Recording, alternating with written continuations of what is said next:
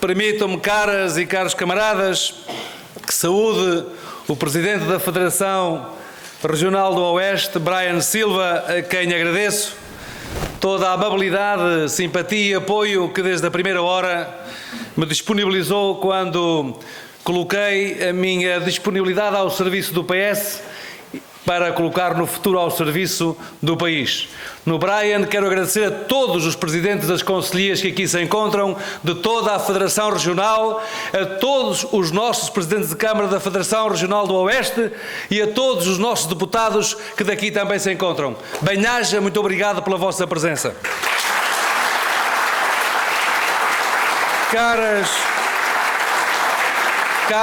e caros camaradas, permitam-me que saúde os deputados que, não sendo daqui da Federação Regional do Oeste, hoje quiseram dar-nos o gosto com a sua presença e, muito particularmente, duas personalidades que hoje aqui se encontram connosco, que tiveram, num passado recente, grande responsabilidade na valorização e na projeção de um dos fatores mais importantes do crescimento e do desenvolvimento desta economia, e refiro-me àqueles que tiveram responsabilidades na agricultura, o Capola Santos e o Luís Vieira, para quem eu peço uma salva de palmas.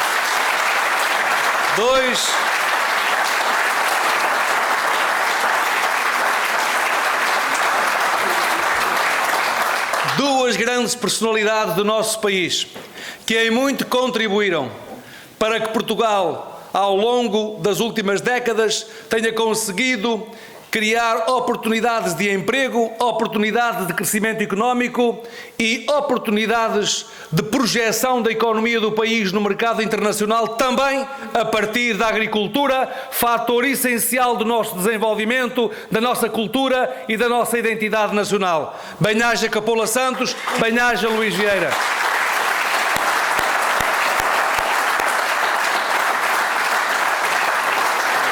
Quero saudar a Laura Rodrigues, nossa anfitriã e também nossa mandatária. Nela cumprimento os nossos autarcas, a Laura Rodrigues, o José Correia, Presidente da Assembleia Municipal.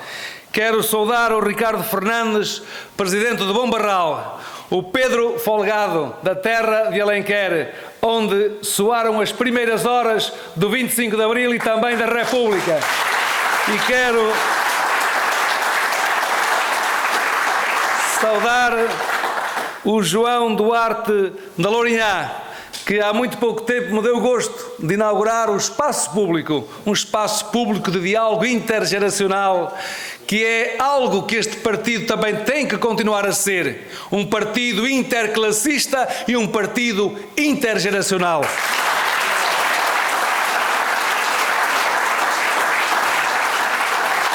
A vereadora Fátima Estevão, a quem também agradeço. Também a nossa camarada e deputada Fátima Fonseca. O João Nicolau. Quero saudar ainda também o João Reis, do Cadaval. O José Augusto de Carvalho, que foi o secretário de Estado quando eu era vereador na oposição. E como apreciei o desempenho das suas funções como secretário de Estado da Administração Local. E é por isso que hoje também quero agradecer a presença aqui entre nós do Carlos Miguel, a quem agradeço pela sua presença na nossa sessão.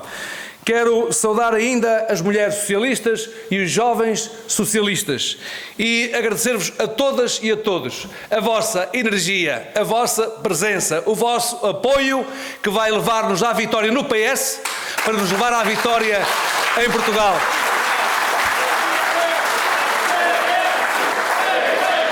PS, PS, PS. Caras e caros camaradas, caras e caros portugueses, no atual momento em que a Europa está confrontada com uma guerra já duradoura nas suas fronteiras e com uma guerra no Médio Oriente, quando as sociedades europeias enfrentam tempos difíceis, ameaçadas pela polarização e pelo extremismo que procura colocar em causa as conquistas fundamentais do Estado de Direito Democrático e dos valores constitucionais, com uma imprevisibilidade que é cada vez maior, o que é que os portugueses desejam neste momento? Se bem interpretamos o sentimento dos portugueses, julgamos que podemos afirmar que os portugueses, neste momento, querem estabilidade, querem segurança e querem previsibilidade. Essa é a razão por que me encontro disponível para servir o PS e para servir Portugal. E o primeiro compromisso que há que assumir com os portugueses é o de que vamos cumprir aquilo que de mais positivo tem o Orçamento de Estado para 2024. É que este Orçamento de Estado garante mais rendimentos às famílias, valorização dos salários, particularmente dos mais jovens, garantia da melhoria das prestações sociais e, nomeadamente, às crianças e aos mais idosos, a valorização das pensões. Sim, os idosos que se encontram lá em casa querem garantir estabilidade e salvaguardar aquele que é um compromisso do Governo e do nosso Primeiro-Ministro António Costa: continuar a garantir a valorização das pensões e os portugueses continuar a verem melhoradas as condições de vida, as condições remuneratórias, não apenas do salário mínimo nacional, mas também dos salários médios dos portugueses, quer pelos aumentos salariais, quer pela redução do IRS, que se traduz em ganhos concretos para as famílias das classes médias do nosso país.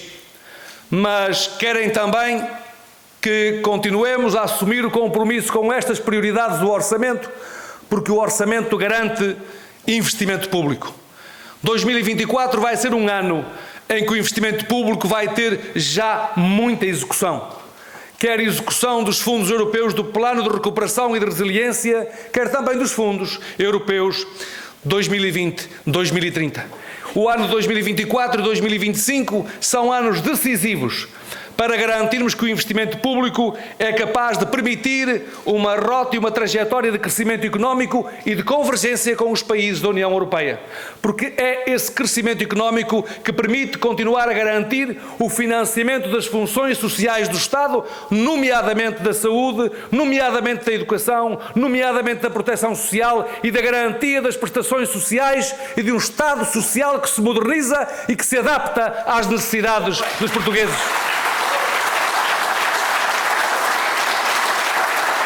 Caras e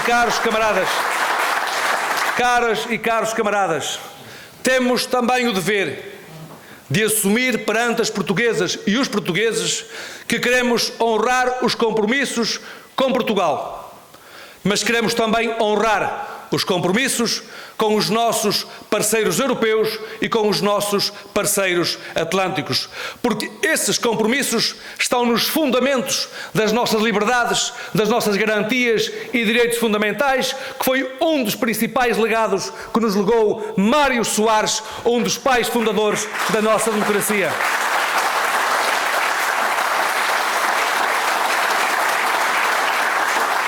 Caras e caros camaradas, é por estarmos num momento especialmente exigente no plano internacional e no plano da vida nacional que entendi colocar a minha experiência de vida, a minha experiência cívica e a minha experiência política ao serviço dos valores do nosso partido e colocar o nosso partido ao serviço de Portugal.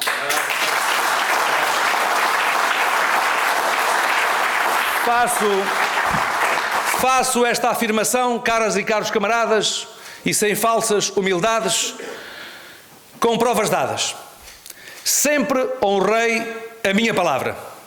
Honrei-a enquanto autarca, quando me comprometi com a reforma educativa no meu município e que permitiu que, em 10 anos, tivéssemos saído da classificação de município com os piores indicadores de abandono e de insucessos escolares para ficarmos nos melhores 15 a nível nacional em termos de indicadores de abandono e de insucesso escolares. Mas foi também para servir o valor da justiça social no município que avancei com o reordenamento e com o investimento nas infraestruturas de saúde, não apenas na construção de novas infraestruturas de saúde, mas também com uma das primeiras experiências das unidades móveis de saúde no país, que foi aliás premiada como uma das melhores práticas do país. Sei bem do que me estão a falar quando me falam aqui da importância do vosso hospital e dos cuidados de saúde primários. Sei bem porque recordo-me a importância que teve para os cidadãos mais isolados e mais idosos termos uma unidade móvel de saúde que de freguesia em freguesia, de lugar em lugar, garantia a prescrição, a simples prescrição de medicamento que levava a que os idosos tivessem que se deslocar quilómetros e quilómetros, horas e horas, perdendo o tempo da sua vida, tantas vezes sem retaguarda familiar, para garantir um direito tão básico como garantir o acesso à saúde para a simples prescrição dos medicamentos. Mas foi também comigo na autarquia que conseguimos estar na origem dos primeiros contratos locais de desenvolvimento social. Hoje é um dado adquirido, pois nós tivemos nos primeiros 5 contratos locais de desenvolvimento social quando o nosso camarada Vieira da Silva era Ministro do Trabalho. E quando eu lhe fui dizer que era importante encontrar uma solução, não apenas soluções que levassem dinheiro às pessoas, mas soluções que capacitem as pessoas para viverem a sua liberdade, a sua autonomia, a sua autodeterminação. E foi a partir daí que se construíram os primeiros contratos locais de desenvolvimento social. Mas foi também com esse sentido que, tal qual aqui inauguramos há dias um centro cívico, um espaço público, que apostei na valorização dos denominados então centros cívicos para garantir precisamente o diálogo entre as diferentes gerações. Mal estaremos nós se os mais jovens não forem capazes de aprenderem com a experiência dos mais velhos. E mal estaremos nós, enquanto sociedade e enquanto Estado, se não promovermos o diálogo intergeracional e fizermos a experiência das mulheres e dos homens que construíram as liberdades e os direitos fundamentais, a experiência que faz falta ao futuro e ao nosso futuro coletivo.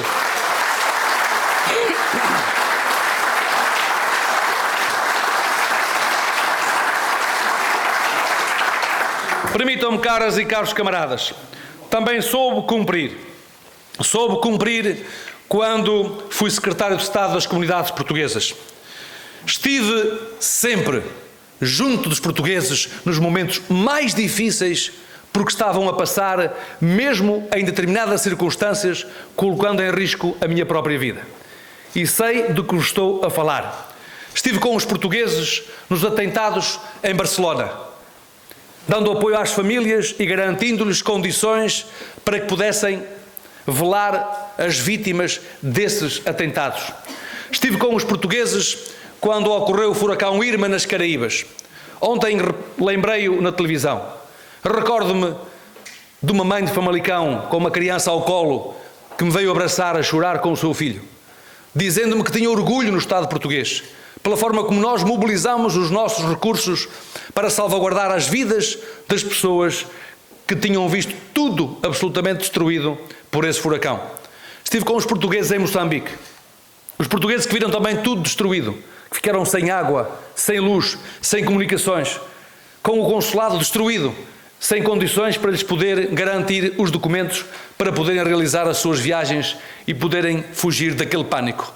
Em 8 dias, com as Forças de Proteção Civil Nacionais, assentámos arraiais e das 5 da manhã até às 2 da manhã erigimos uma estrutura de comunicações com as Forças Armadas. Conseguimos restabelecer as condições de funcionamento do consulado e conseguimos, em 8 dias, tranquilizar aqueles portugueses que ali se encontravam em circunstâncias especialmente exigentes. Mas foi também assim na Venezuela. Recordar-se-ão todos, fui 7 vezes à Venezuela. E recordo-me particularmente de um dos momentos, quando fui contribuir para libertar 2 jovens com 24 e com 25 anos que, sem culpa formada, estavam detidos. Fui com o então diretor dos Assuntos Consulares, hoje nosso embaixador na Suíça. Só fomos os 2, mas fomos visitá-los com a mãe desses 2 jovens. E foi com orgulho, com o sentido de dever público, que pude contribuir para a libertação desses 2 jovens. É daqueles momentos, camaradas, em que sentimos que vale a pena estar na vida política, em que sentimos que vale a pena ter entregue a nossa juventude a servir os valores em que acreditamos, os valores da liberdade, da justiça, da fraternidade. E é por isso que me sinto orgulhoso de me ter entregue à minha vida política. Mas também permitam-me que vos diga sem falsas modéstias. Quando cheguei a este Ministério, todos bem sabem, tínhamos assuntos muito complexos para resolver. Tínhamos que preparar a época dos incêndios. Tínhamos que estabilizar o sistema de comunicações Ciresp, que é uma rede de emergências do Estado do maior relevo estratégico para o país. Tínhamos que conseguir dignificar e melhorar as condições de vida dos profissionais das forças de segurança. E tínhamos também que conseguir garantir a reestruturação do Serviço de Estrangeiros e Fronteiras. Com a ajuda das secretárias de Estado e de uma belíssima equipa que tenho comigo, conseguimos, em pouco mais de 1 ano e meio, cumprir estes grandes objetivos que tínhamos para o Ministério da Administração Interna. Caras e caros amigos, porque é que eu vos estou a lembrar estas conquistas no desempenho das minhas funções políticas? Estou a lembrar-vos o cumprimento dos meus deveres no exercício das minhas funções políticas para vos dizer que sinto que pela experiência de vida, pela experiência cívica e pelas provas dadas com estabilidade, com serenidade, com coragem, mesmo nos momentos mais exigentes, fui capaz de servir com honradez o sentido de Estado e o serviço público. E é por isso que eu vos quero garantir este serviço e esta capacidade de estar junto dos camaradas militantes, dos nossos simpatizantes e, certamente, se ganharmos o Partido Socialista, estarmos a servir os portugueses com a mesma ambição, com o mesmo sentido de serviço público de toda a minha vida cívica e de toda a minha vida política.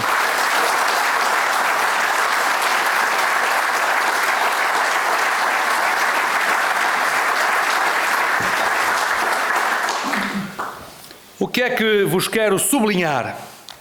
Quero sublinhar que a minha vida política é, de facto, a razão importante para me encontrar hoje aqui. Porque é uma vida política que, fundamentalmente, procurou sempre compatibilizar o sentido da liberdade, da autonomia, com o sentido da responsabilidade.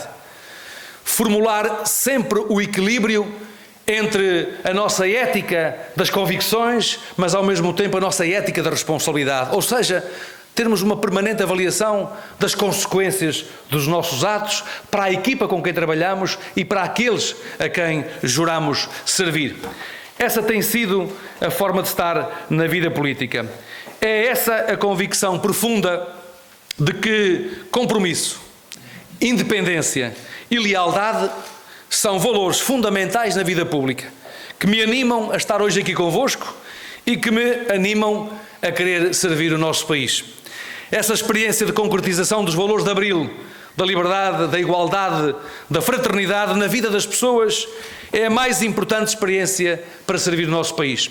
E quando falo, caras e caros camaradas, de concretizar os valores de Abril na vida das pessoas, quero tão só dizer que desde a mais tenra idade, desde os meus 14, 15 anos, que sempre defendi estes valores. E defendi a transformação das condições de vida das pessoas. Não é defender os valores na teoria, no abstrato, nos conceitos. É dar a nossa vida para que esses valores frutifiquem na vida das pessoas e na vida da sociedade. E é por isso que queremos cumprir com a valorização dos salários e dos rendimentos das famílias. Queremos reforçar o investimento público para criarmos melhores condições também para o investimento privado. E se há conquistas que fizemos ao longo dos 8 anos de governo com António Costa, foi mesmo a garantia da atração de investimento direto estrangeiro, de que esta região, aliás, é um bom exemplo.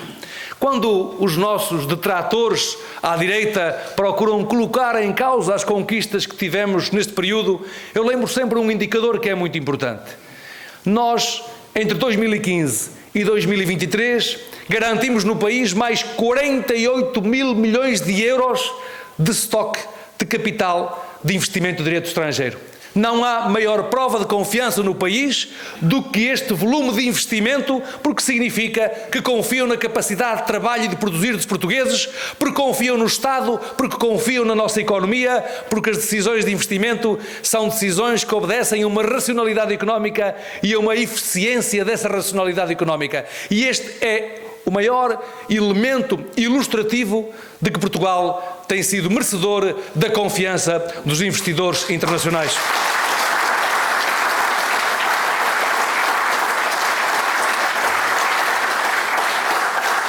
É por isso que continuamos a defender que, a par do investimento público, temos também que criar condições para o investimento privado. E como aqui já foi referenciado, temos mesmo para o nosso programa e para a nossa moção o desenvolvimento de uma proposta de apoio às pequenas e às médias empresas, que fundamentalmente tem 3 dimensões complementares. A primeira, a da garantia de um financiamento 1/3 abaixo daquilo que é praticado hoje, com o corte nos 2,5% que hoje são pagos à mútua, que é, como se sabe, uma garantia de Estado. E, portanto, se é uma garantia de Estado, aquilo que nós propomos é que o Estado abdique desse pagamento para garantir condições de financiamento às pequenas e médias empresas, o que significará reduzir em 1/3 os custos de financiamento às pequenas e médias empresas.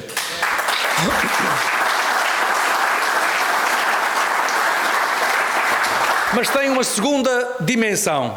E a segunda dimensão é de, mal assuma responsabilidades políticas no país, determinar aos serviços públicos que garantam os reembolsos dos fundos europeus até ao máximo de 90 dias. As empresas não podem consecutivamente aguardarem meses e meses e meses até à remuneração daquilo que são direitos próprios por força das candidaturas que apresentaram à administração pública. Essa será uma garantia pública.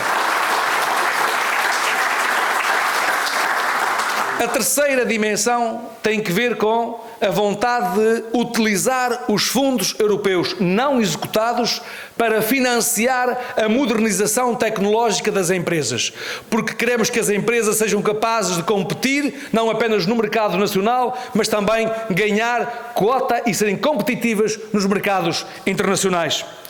Caras e caros amigos, valorizar os rendimentos, valorizar o investimento público, qualificar o investimento público nas áreas de prioridade que estão identificadas, a saúde, a educação, estamos a falar dos transportes e da mobilidade, nas políticas de habitação, mas estamos também a garantir condições para o financiamento privado. Estamos a falar de 97% das empresas que são pequenas e médias empresas no país, que criam no seu conjunto cerca de 80% do emprego. Significa valorizar as pequenas e médias empresas, mas também valorizar as grandes empresas, que são âncoras do desenvolvimento e são locomotivas das pequenas e médias empresas. Que sabem todos e sabem todas. Aliás, temos alguns nesta sala que várias vezes me falaram do assunto, da importância das grandes empresas também poderem aceder aos financiamentos europeus na medida em que constituem âncoras de desenvolvimento, âncoras de fixação de pequenas e médias empresas e âncoras de criação de trabalho. Porque nós que criamos mais de 5 milhões de empregos, temos 5 milhões de empregos ativos no dia de hoje, isto significa que nós temos que continuar a criar condições para o investimento privado, porque é esse investimento privado que contribui para a riqueza nacional e para a garantia do financiamento das funções sociais do Estado. Mas queremos fazê-lo com contas certas. E esta é uma marca muito importante. E não se trata de nenhuma obstinação. Trata-se da garantia de um compromisso com as futuras gerações. Temos o dever de legar às futuras gerações um país no qual essas gerações se possam autodeterminar, possam realizar a sua liberdade e para realizarem a sua liberdade e a sua autonomia, tem de ter um país que seja capaz de honrar os seus compromissos internacionais, nomeadamente com aqueles que garantem financiamento ao país, financiamento à nossa economia, financiamento ao nosso desenvolvimento. Não é nenhuma obstinação do Ministro das Finanças, não é nenhuma obstinação do Primeiro-Ministro, é o mais importante compromisso com as futuras gerações.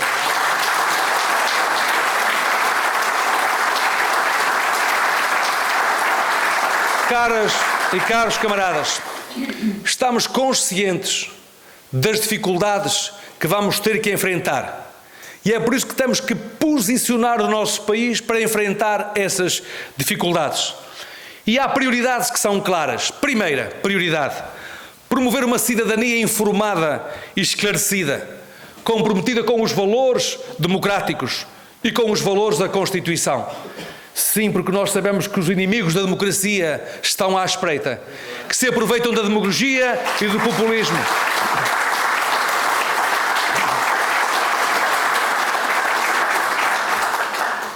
Os inimigos da democracia estão à espreita, utilizando a demagogia e o populismo, como bem sabemos. E é por isso que termos jovens, termos cidadãos devidamente conscientes dos seus deveres, das suas responsabilidades, conscientes das conquistas democráticas de Abril, é absolutamente decisivo para enfrentarmos os tempos que se avizinham.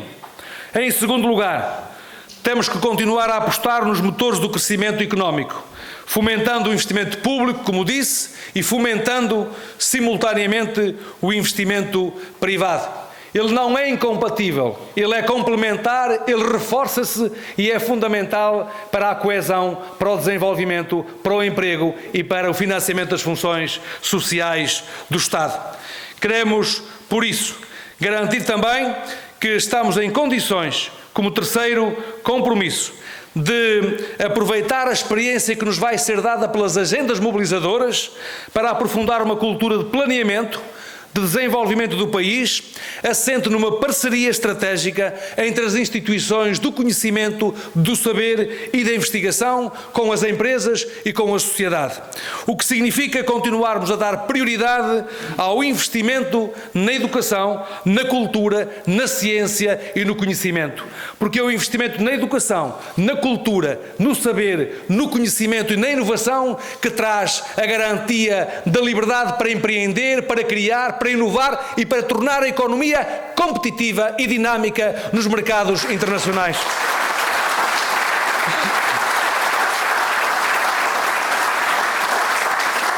Defendo, por isso, uma aliança duradoura entre a administração central, entre os poderes regionais e os poderes locais, as instituições do setor cooperativo e social, para garantirmos essa relação de dinamização social, de dinamização económica, de coesão económica, social e territorial. Tendo três objetivos fundamentais, e que são objetivos exigentes para o Estado. O primeiro deles é o de garantirmos o rejuvenescimento demográfico. Sabemos bem da importância deste objetivo estratégico. Felizmente que há municípios como este e como outros que temos no país, que hoje são municípios abertos, com políticas ativas de integração, de acolhimento, para garantir a diversificação social, para garantir a riqueza e a diversidade e também para contribuir para o crescimento económico, particularmente nos setores da agricultura. Mas há um segundo desafio fundamental, que é o de garantirmos que acompanhamos as grandes exigências nacionais e internacionais no que respeita às alterações climáticas e no que respeita à sustentabilidade energética do país, bem como a nossa sustentabilidade alimentar. Bem sabemos que historicamente temos algumas debilidades do ponto de vista da nossa balança comercial no que respeita particularmente à balança energética e à balança dos bens alimentares, da autossuficiência alimentar. Felizmente crescemos imenso nas nossas capacidades, nomeadamente no domínio do agroalimentar e particularmente em setores em que esta região é rica, nomeadamente na hortofloricultura e fruticultura. São áreas fortes nesta região e devem-se em muito aos investimentos que aqui foram realizados pelos governos do PS. E temos que continuar a apostar nessa valorização, na valorização dos recursos endógenos dos territórios, que são aqueles que também incorporam um saber fazer das nossas populações, das nossas comunidades, atraindo e integrando outros cidadãos que aqui procuram oportunidades de realizarem as suas vidas. Daí que seja tão importante as mudanças na arquitetura de segurança, articuladas com o apoio às migrações reguladas e seguras para garantir a proteção e a integração no nosso país. Mas esse esforço do ponto de vista da sustentabilidade alimentar deve ser acompanhado também pelo esforço continuado do investimento nas energias renováveis e na transformação das nossas cidades para se adaptarem aos desafios das alterações climáticas que comportam riscos humanos e que comportam riscos naturais para os quais temos que nos preparar e que estar mais resilientes do ponto de vista do desenvolvimento, particularmente nos domínios da segurança e da proteção civil. Em quinto lugar, caras e caros camaradas, aquele que é um objetivo que está no coração do Partido Socialista: combater a pobreza e as desigualdades.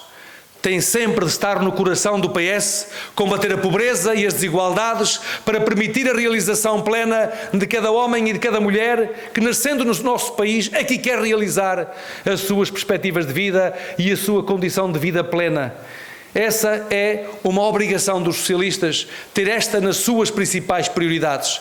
O nosso governo, o governo do PS, desenvolveu e aprovou uma estratégia nacional para erradicar a pobreza, que tem que ter níveis de implementação que vão ter que contar com as autarquias, com as instituições particulares de solidariedade social, com os cidadãos especialmente comprometidos com a justiça social, para cumprirmos as metas dessa mesma estratégia. Hoje mesmo, em Conselho de Ministros, aprovamos também uma estratégia nacional para combater a pobreza energética e da importância que há em investir em melhores condições de habitabilidade, porque sabemos também que muitos dos problemas de saúde dos nossos mais idosos e de muitas das nossas famílias resultam de condições débeis das suas infraestruturas habitacionais, daí a maior importância das medidas que aprovamos hoje em Conselho de Ministros para este domínio do combate à pobreza energética.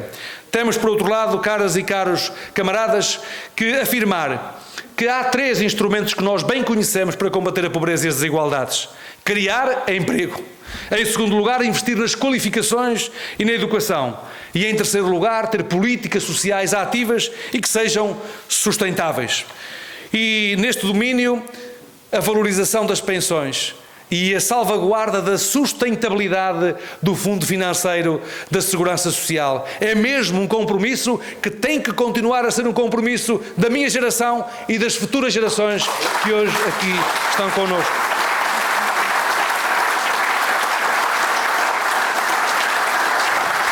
Caras e caros camaradas, estes objetivos são possíveis se formos totalmente claros na nossa estratégia.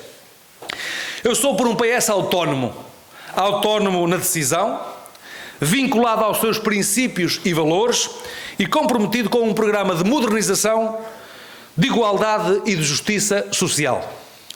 Sou por um PS que está onde sempre esteve, ou seja, no espaço da esquerda democrática, a favor da Europa e da democracia liberal. Sou por uma corrente política progressista e moderada que se dirige a todos os portugueses.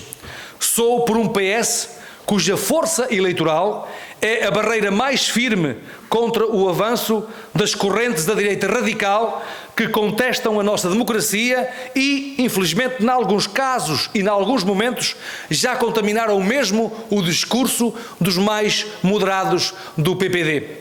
Um PS capaz de promover o diálogo entre todos os parceiros sociais e capaz de dialogar com todos os partidos democráticos em função do interesse do país e em função do interesse dos portugueses. Caras e caros